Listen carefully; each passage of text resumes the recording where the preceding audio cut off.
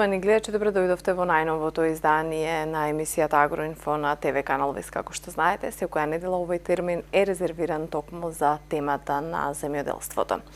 За жал, неделава која што изминува беше проследена со силно невреме кое што го зафати Преспанско-Охридскиот регион, каде што беа нанесени и големи штети врз земјоделските производи. На лице место беа министрот за земјоделство Трајан Димковски, па предлагам да слушнеме што надлежните институции ќе преземаат во однос на справување со штетите кои што ги претрпеа земјоделците од овој регион.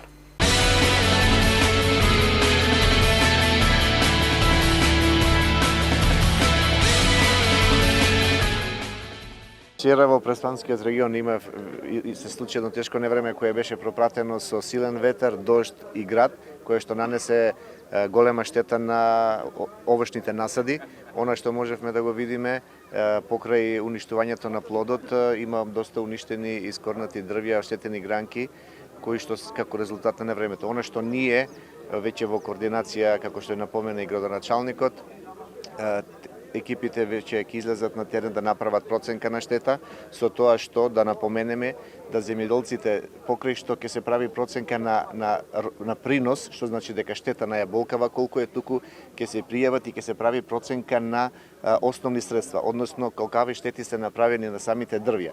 Така да сето ова треба да си влезе во елаборатите кои што ќе бидат доставени за до владината комисија која што потоа ќе се излезе со одредена да се види колкава е проценката и со конечно исплатата кон самите земјоделци. Ова е елементарна непогода, бидејќи овдека покрај овошните, односно насадите, можевме да видиме и штети од куќи и слично. Делот оној кој што превземаме активности, би рекол, веќе се запознаени во Преспанскиот регион, кој што секоја година ни се повторуваат одредени временски вакви непогоди, неприлики, дали се тоа од ран мраз, град и слично, или како ова што се случува. Во програмата веќе се интервенира, каде што очекуваме да преку програмата за рурален развој интервенираме и имаме влијание на ваквите климатски промени. Знаеме дека технологијата тоа го овозможува, односно тоа е она засејување, алоцирање на облаците и намалување на штетата, односно со целта да тоа се отстрани целосно.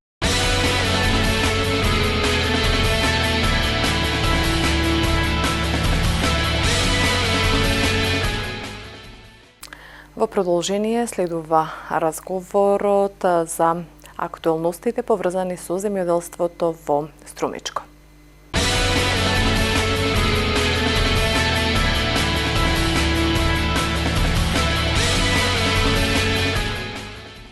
Поштовани гледачи, како што веќе кажав во главната најава, денеска за актуелностите во земјоделството ќе поразговараме со нашиот гостин Ристо Велков од регионалниот синдикат на земјоделски производители.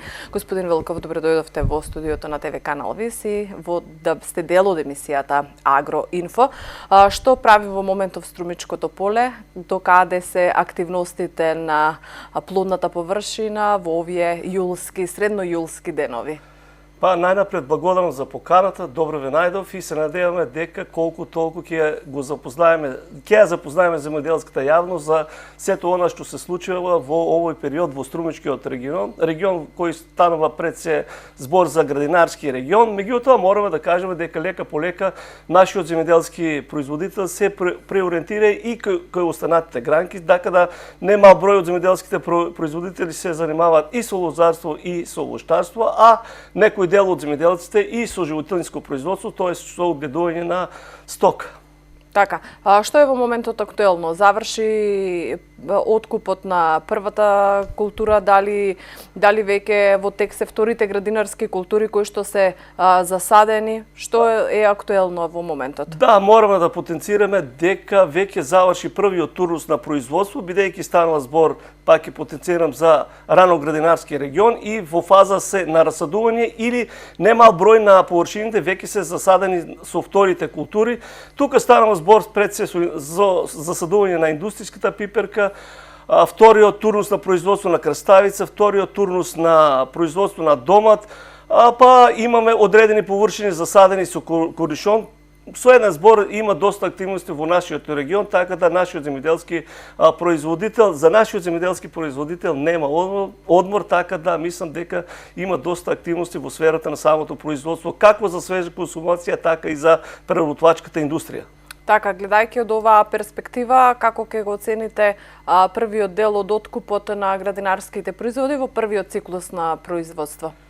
Па ако го земаме во обзир сето она што беше засадено со оние култури и она производство кое што стаса на пазарите на нашите пазари, мислам дека не може да има некое задоволство, но за разлика од другите години мораме да потенцираме дека имаше некоја подобра цена во пласманот на нашите градинарски производи, меѓутоа разочарува, мораме да кажеме, од податокот дека ако го земаме во обзир оние површини кои беа засадени со рано градинарски култури, можеби дел од промената на климатските фактори, имаме доста намалено производство по единица површина.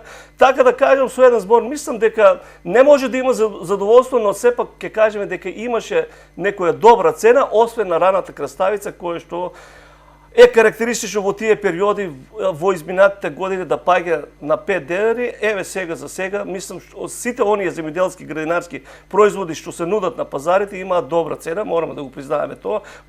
Можеби поради слабата понуда на пазарот, слабите количини што се нудат, но сепак ќе кажеме дека имаат добра цена градинарските производи. Така, минатата година, ако добро се сеќавам, имаше проблем со откупот на бостанот, па потоа мораше бара интервенција луѓето да се продаде. Како е сега пред интензивирањето на откупот на лубениците конкретно? Да, мислам дека добро се сеќаваме дека минатата година имаше вишеток на производи и голем дел од производ на бостан или остана на површините каде што беше засаден или беше фрлен во депонија. Меѓутоа оваа година мораме да потенцираме дали прецена со намалување на површините засадени со оваа култура имаме некоја цена од 10 до 12 денари, така да мислам дека за влада е некое задоволство кој нашиот земјоделски производител и да се надеваме дека оваа цена ќе се задржи до крајот на откупот, тоест со пласманот на овој производ. Имате ли сознание дали тие намалени површини значат дека воопшто на нив не е засадено или земјоделците се преориентирале на друга земјоделска култура?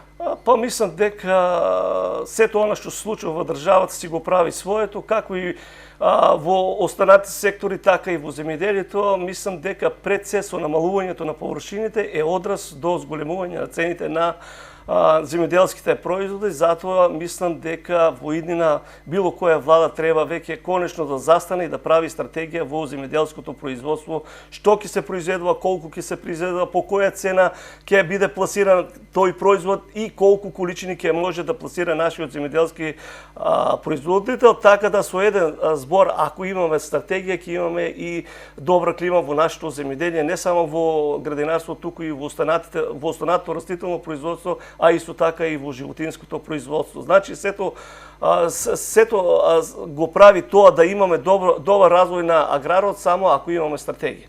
Така, меѓутоа дали земјоделците кога викаме го намалуваат производството, значи дека воопшто го напуштаат, ја напуштаат нивата, воопшто не произведуваат или се преориентираат кон некоја друга култура која што во моментот мислат дека оваа сезона би била побарана на пазарот? Па сето она дел од земјоделските производители кои ќе се преориентираат на производство, тоа е согледување на култура што ќе мислат дека ќе имаат добра заработувачка, сето тоа мораме да признаеме е стихино, меѓутоа загрижува податокот дека сета она популација која што треба да се занимава со овој сектор нагло ја напушта државата. Значи имаме сосема мал број на оние млади земјоделци да ги потенцираме кои што се решаваат својата екзистенција и екзистенцијата на својата фамилија да ја бараат во земјоделието. Мислам дека има доста работи кои што треба да се направат за да го привлече младиот граѓанин на Република Северна Македонија, да кажеме,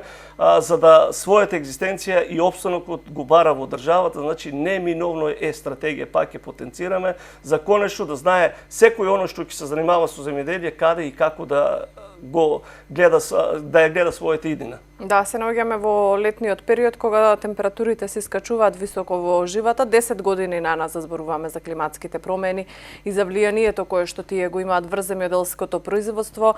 Земјоделците од Струмичкиот регион долго време се дело обуки, едукации, работилници за да го заштитат своето производство. Дали практично тоа го прават на терен, дали недостасува волја или недостасуваат финансиски средства за да набават потребни материјали со кои што би можеле тоа да го заштитат и какви се последиците во моментов од однос на климатските промени, големите температурни разлики, невремињата кои што тие амплитуди температурни кои што се случуваат врз производството и родот кој што треба да го очекуваме.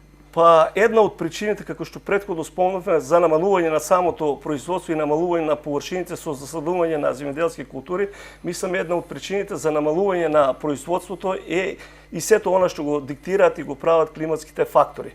Ако од една страна имаме понуда на Министерството за земјоделие, тоест на државата, во субвенционирање, во осигурување на своите култури на земјоделските површини, мислам самите земјоделски производители во сосем мал број, а според статистичките податоци веќе имаме евидентно зголемување на дел од земјоделските производители баш поради промената на климатските фактори да ги осигуруваат своите површини со земјоделски култури и мислам дека оние земјоделски производители кои се решаваат на оваа постапка со осигурување нема да сгрешат.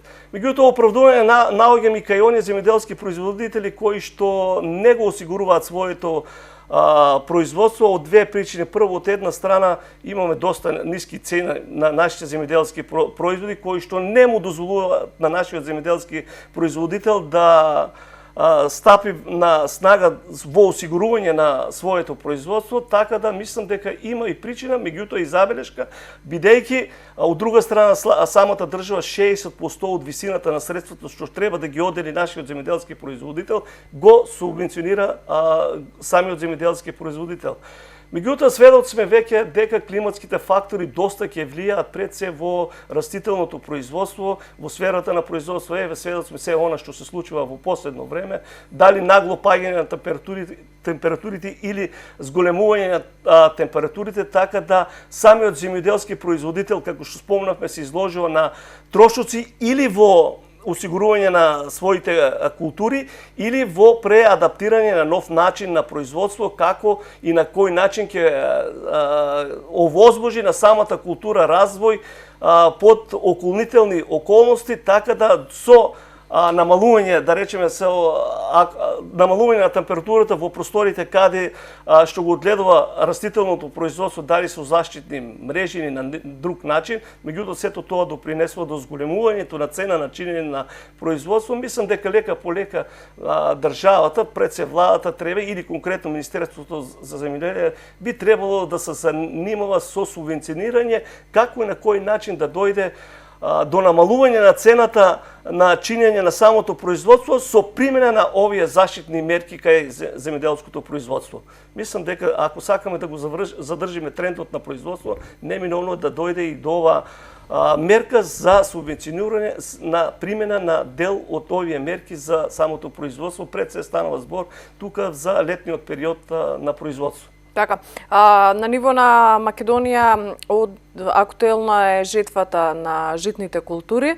Колку житни култури Струмичкиот регион не е позната житница, меѓутоа секако има одредени површини кои што се засадени со житни култури. Како оди тука, кои се очекувањата, па дури и на ниво на Македонија, ако имате сознание како ќе биде производството? Неофицијално се очекува поголемо производство во споредба со минатата година.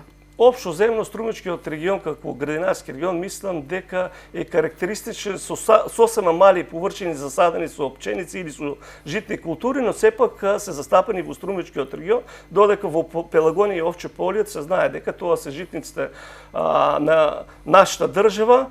Меѓутоа мораме да го потенцираме податокот од задоволство или незадоволство на сите они што се занимаваат со производство на пченица. Ево конкретно, ако се земе параметрот спрема претходните години, е дојдено до зголемување на цената 10 денари, меѓутоа за самиот земјоделски производител мислам дека е далеку уште од онаа цена која што треба да се по која треба да се откупува овој тип на производство.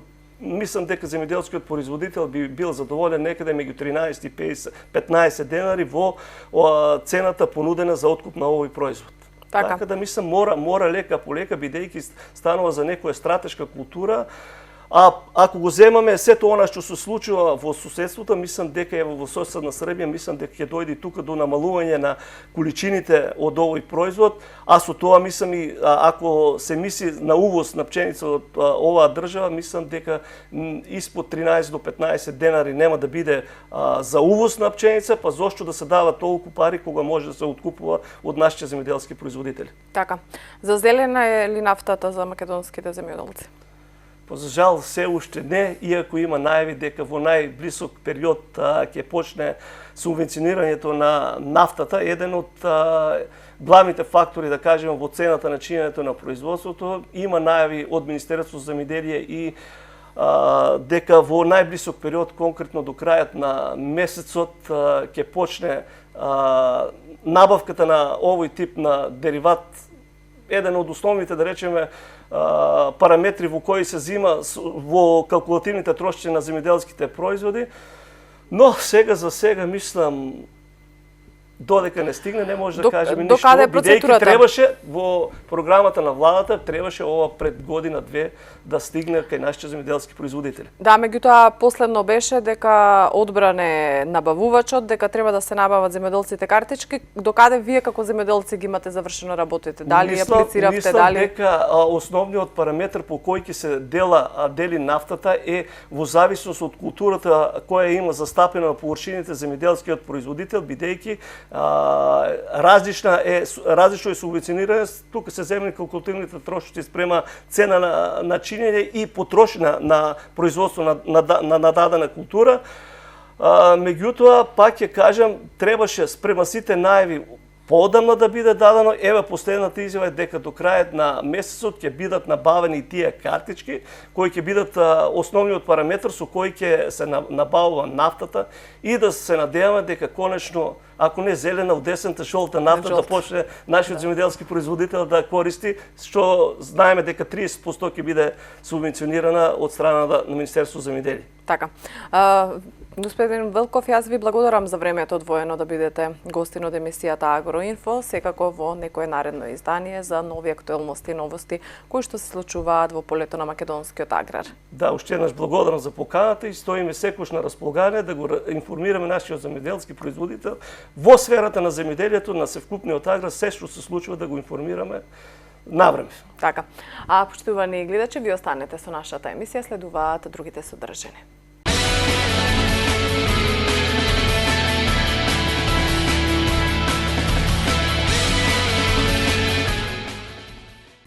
Како и секоја наша емисија, така и сега за вас земјоделците совети од нашиот стручен соработник Игор Ивановски, магистар по земјоделски науки.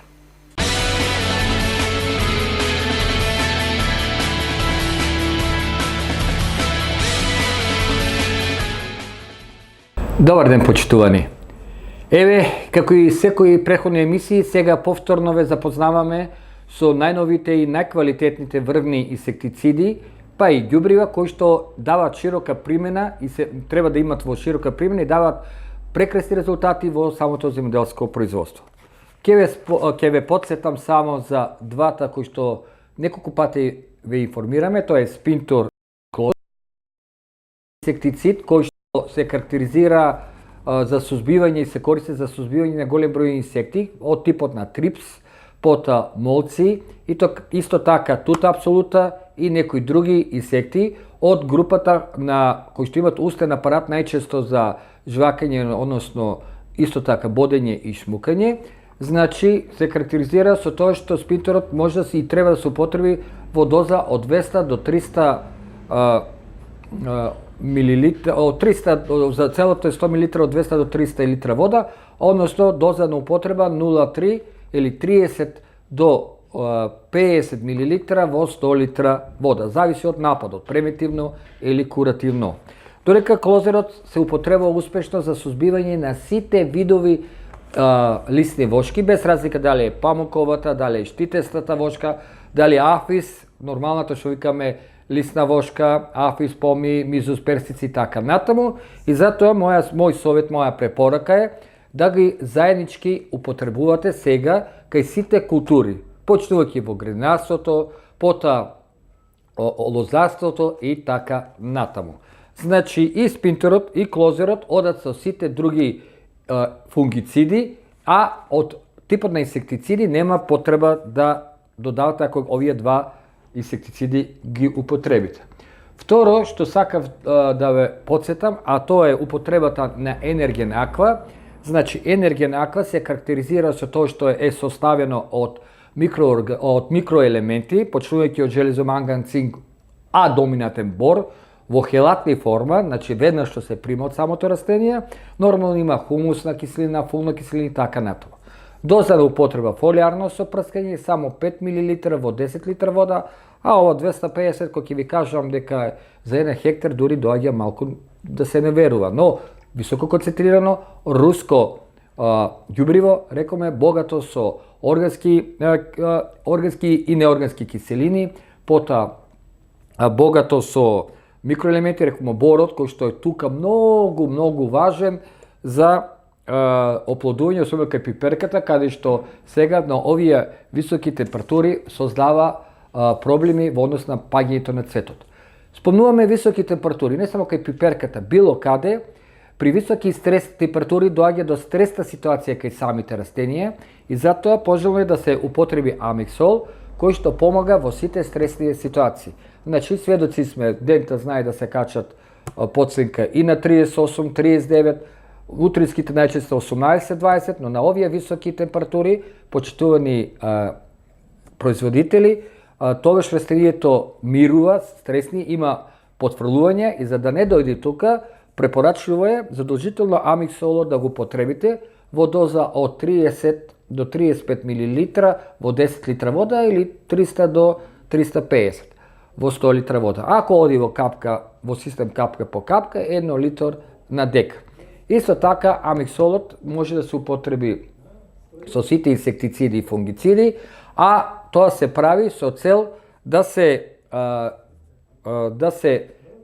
едно да имаме заедничко компаративна заштита и растенијата да се заштитат против болести и против штетници, да рече против болести кај пиперката, па и кај виновата лоза, може и Копернико, кај пота против инсекти клозер, спинтор или што рековме делегейтот место спинторот, а кај пиперката, а во однос на ѓубривата, тука ќе дојде амиксолот, енергијано таква и така натаму. Кај што има берба или почеток на берба, треба да се внимава на кареца, тука е ервиксот, кој што исто така успешно служи за сузбивањето на монилијата. Значи, минатиот пат не кажавме, значи и монилијата ја сузбива, односно спречува да се развие монилија. Кареца 0. Можете денеска да го прскате и онма после 2-3 сата, 4 да јадите без опасност за вашето здравје.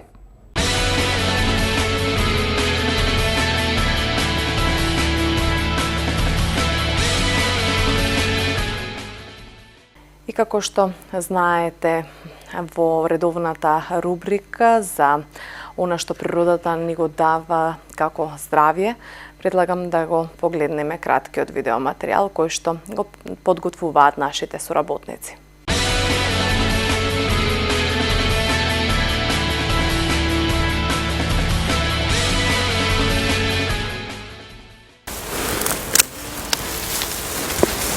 Ајде, доста е!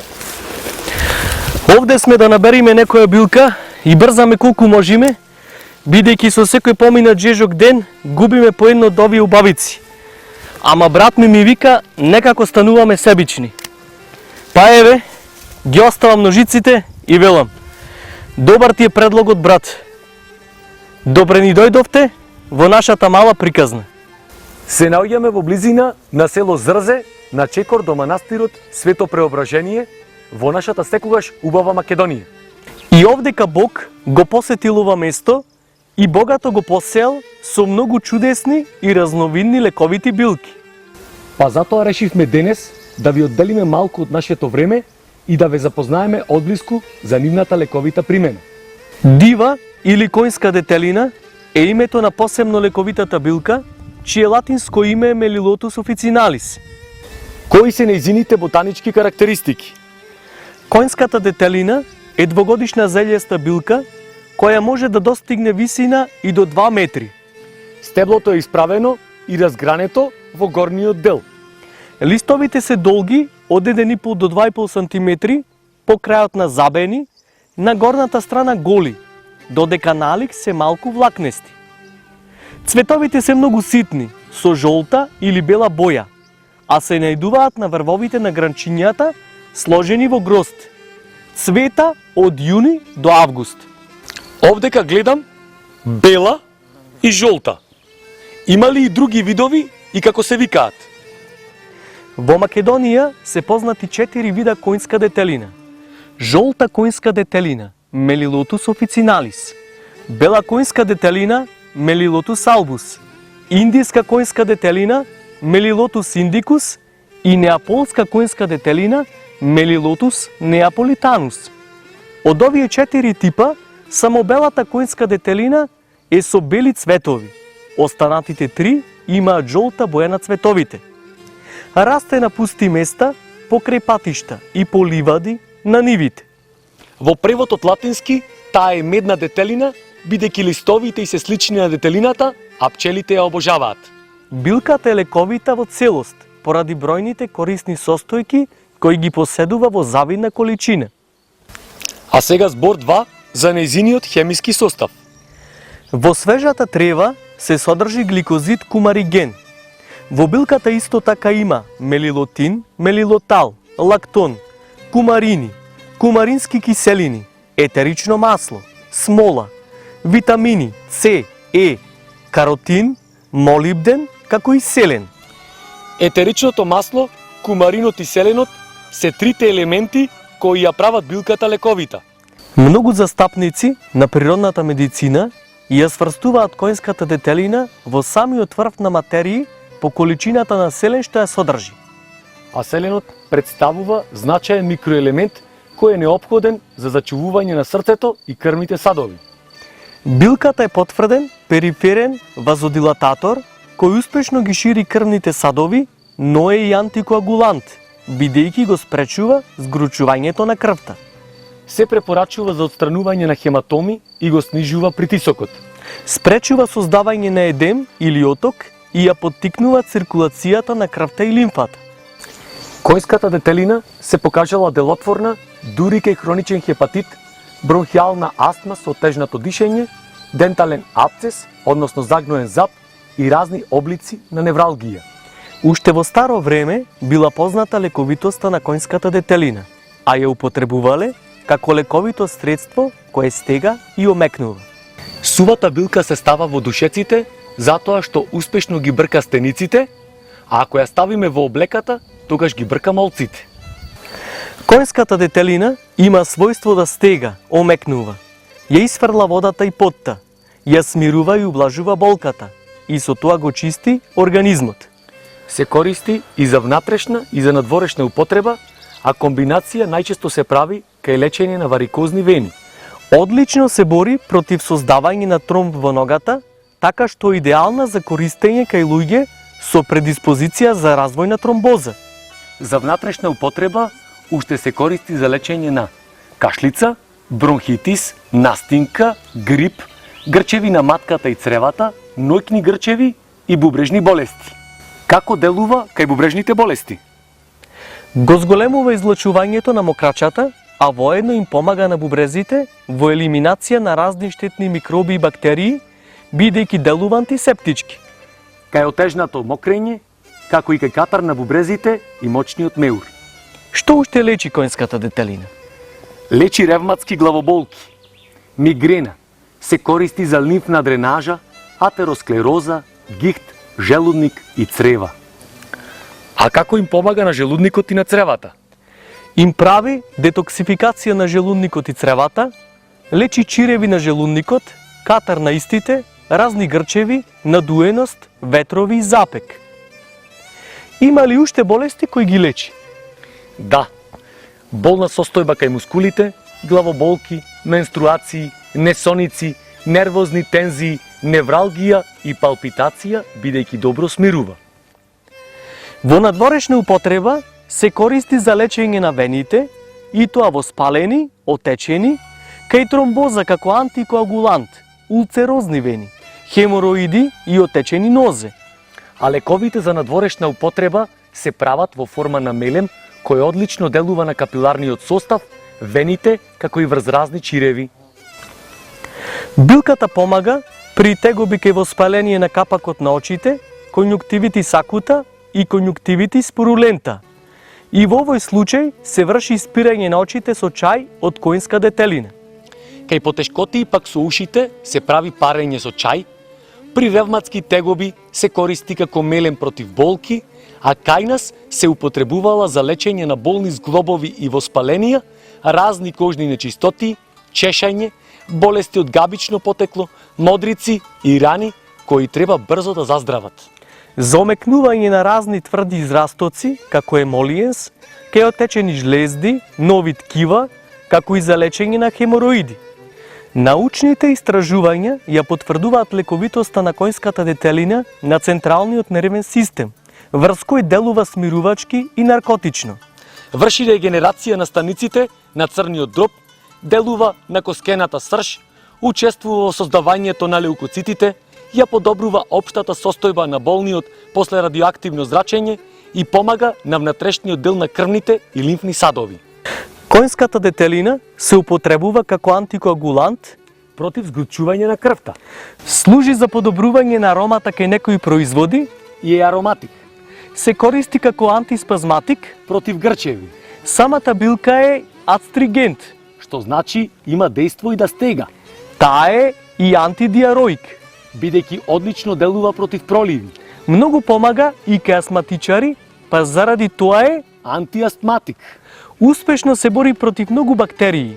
и е антибактерик, Оваа тревка е аналгетик, па благодарејќи на ова својство намалува и болки, како добар диуретик, го подобрува мокрењето, врши чистење на отрови од организмот и е, детоксикант, а како експекторант го подобрува и олеснува искашлувањето, има карактеристики на емолиенс, со своето омекнувачко дејство, а пак како добро докажан карминатив, помага против гасови, со нејзиното лаксативно дејствување прави да се ослободиме од тврдата столица. тоест помага при запек, Билката е и офталмик. па со тоа нашла примајна и кај очни болести. Се употребува само херба од билката, односно горниот дел од билката. Примена на билката. Спречува настанување на едеми и ја поттикнува циркулацијата на крвта и лимфата.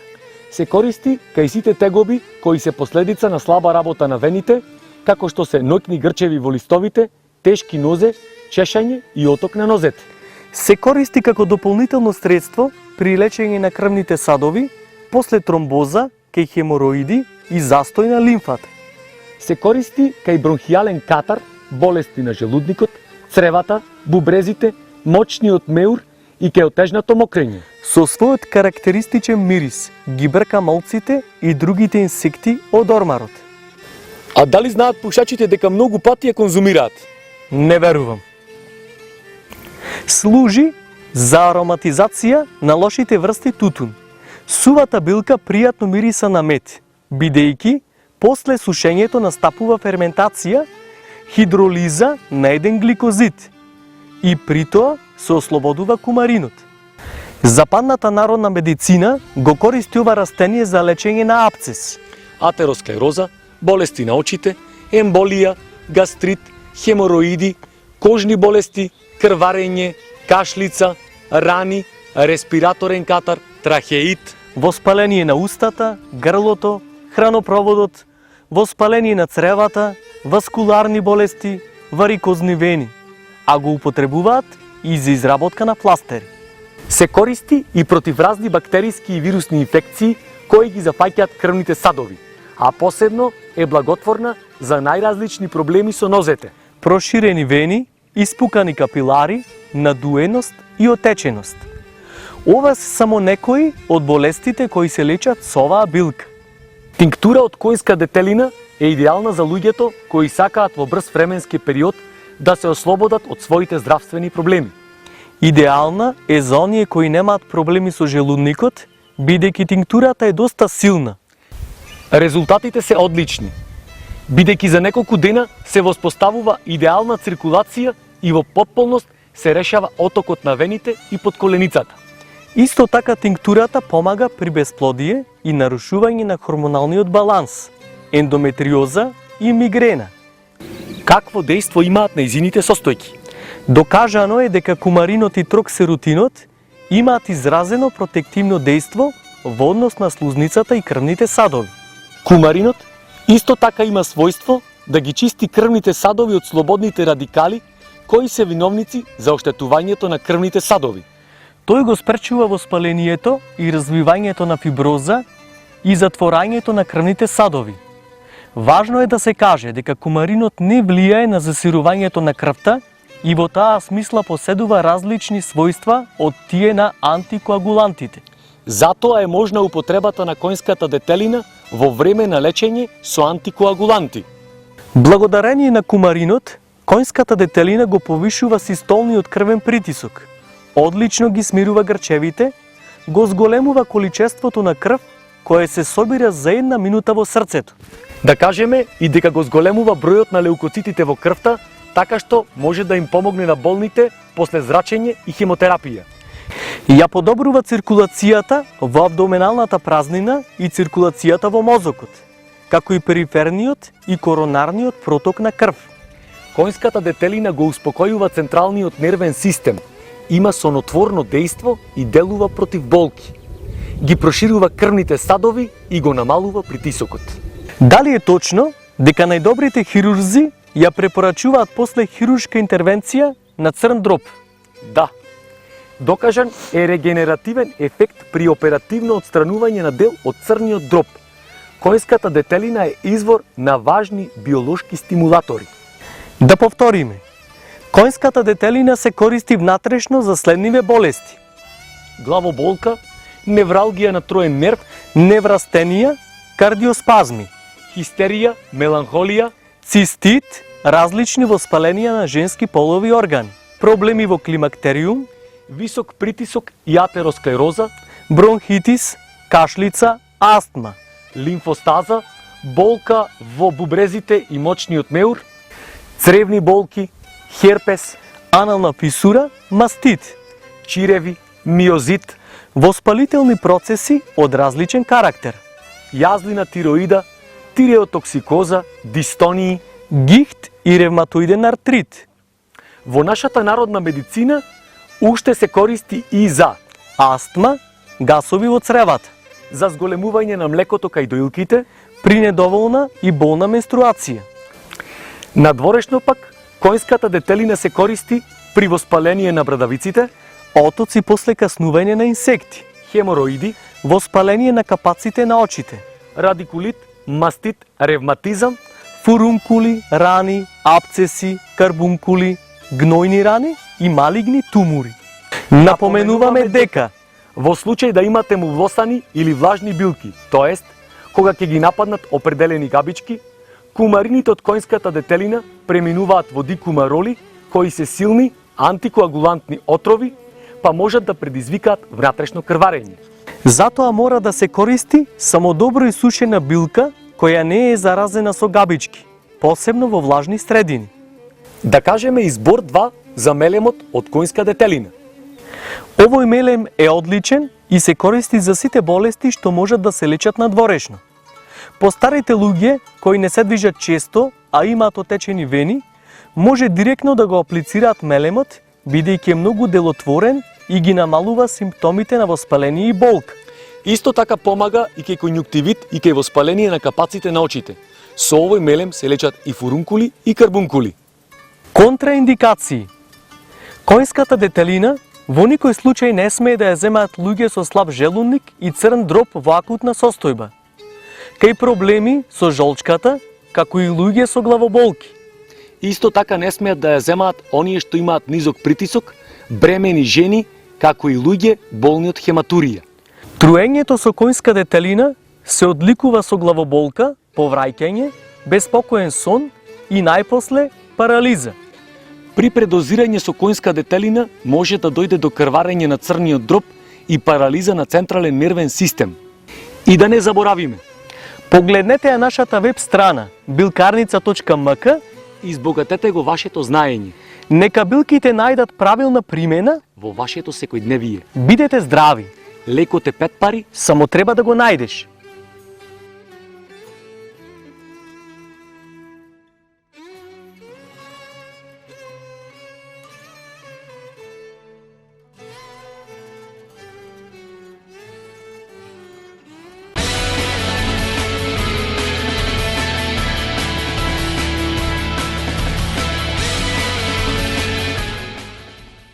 Поштовани гледачи, тоа беше се во ова издание на емисијата Агроинфо на ТВ канал. Ви се благодарно за вниманието со кое не следевте. Пријатно.